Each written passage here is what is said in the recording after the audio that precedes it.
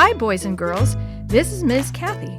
I'm so happy you've joined me today for another story just for you. Dreams come true. The 7 years of good crops had come and gone.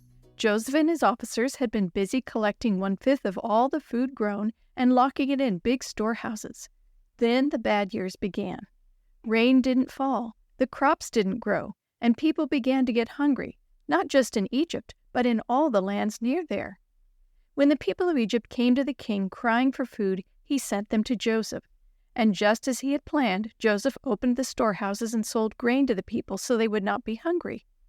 When people in other lands heard that there was grain in Egypt, they came to buy food from Joseph also. Back in Canaan, Jacob heard about the grain in Egypt. "Don't just sit there staring at each other," he said to his sons. "Go to Egypt and buy grain so we won't starve." So Jacob's 10 sons traveled to Egypt, but Jacob would not let Benjamin go. He was afraid something would happen to him like it had to Joseph. When the brothers arrived in Egypt, they got in line to buy food from Joseph like everyone else. Of course, they didn't know that the Egyptian officer in charge of selling grain was Joseph. When they got to the front of the line, they bowed down before him. Joseph stared with amazement. He recognized his brothers, but they did not recognize him.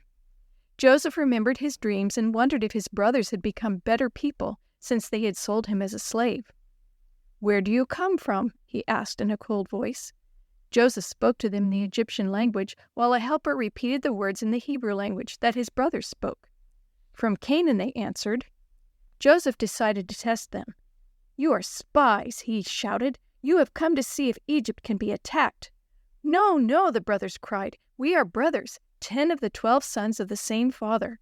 Our younger brother is still there with our father now, and our other brother is gone." But Joseph acted as if he didn't believe them. "I'm sure you are spies, but I'll give you a chance to prove you're telling the truth. One of you can go home and get your other brother. The rest of you will be locked in jail until he returns." Then Joseph had them all thrown in jail. 3 days later, Joseph came to see them. "To show you that I am not a mean man, I'll let 9 of you go home and take grain to feed your families. But one must stay here in prison. When you bring your other brother, I will believe that you are not spies."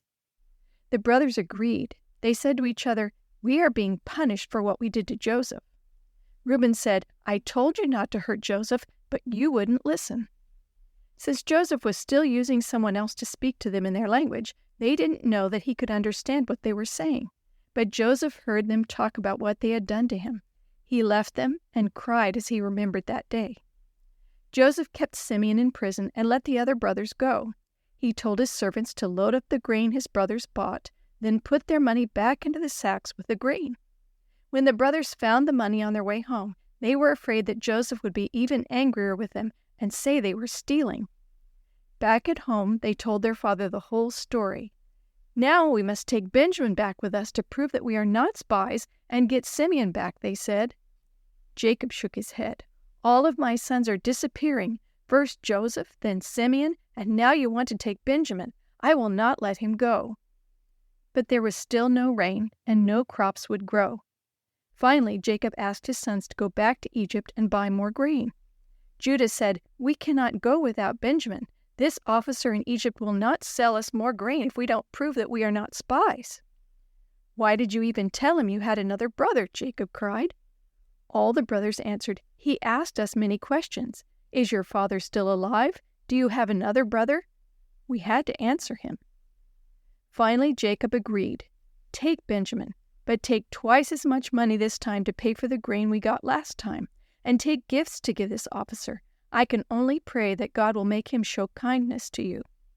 When they arrived back in Egypt and Joseph saw his brother Benjamin, he told his servants, "Take these men to my home and fix a big lunch. They will eat with me today." The brothers were afraid when they were sent to Joseph's home.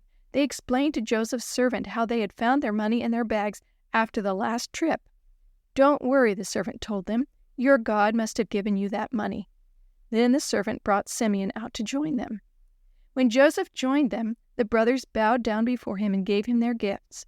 Joseph asked, "Is your old father still alive?" As he looked at Benjamin and heard that his father was still living, Joseph had to run out of the room before they saw him crying. When he was ready, he returned to the room and lunch began. Joseph had the brothers sit at their table in order of their ages, from the oldest to the youngest. That must have surprised them. Then he gave Benjamin 5 times as much food as the others, but no one complained. Joseph could see that his brothers had changed. God had changed them. They didn't hate their brother Benjamin. They loved him. The next morning, the brothers headed back to Canaan with bags of grain. They were happy to be bringing Benjamin and Simeon back to their father. But before they got very far, Joseph's servant caught up with them. He shouted, "My master's silver cup is missing. Why did you take it?" The brothers were afraid again.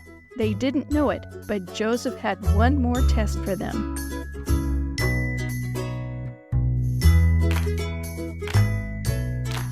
The story you have heard today is from the Shoebox Kids Bible Stories, written by Jerry D. Thomas and used with permission from the Pacific Press Publishing Association. If you're interested in any other books published by the Seventh-day Adventist Church, please visit AdventistBookCenter.com or call 1-800-765-6955.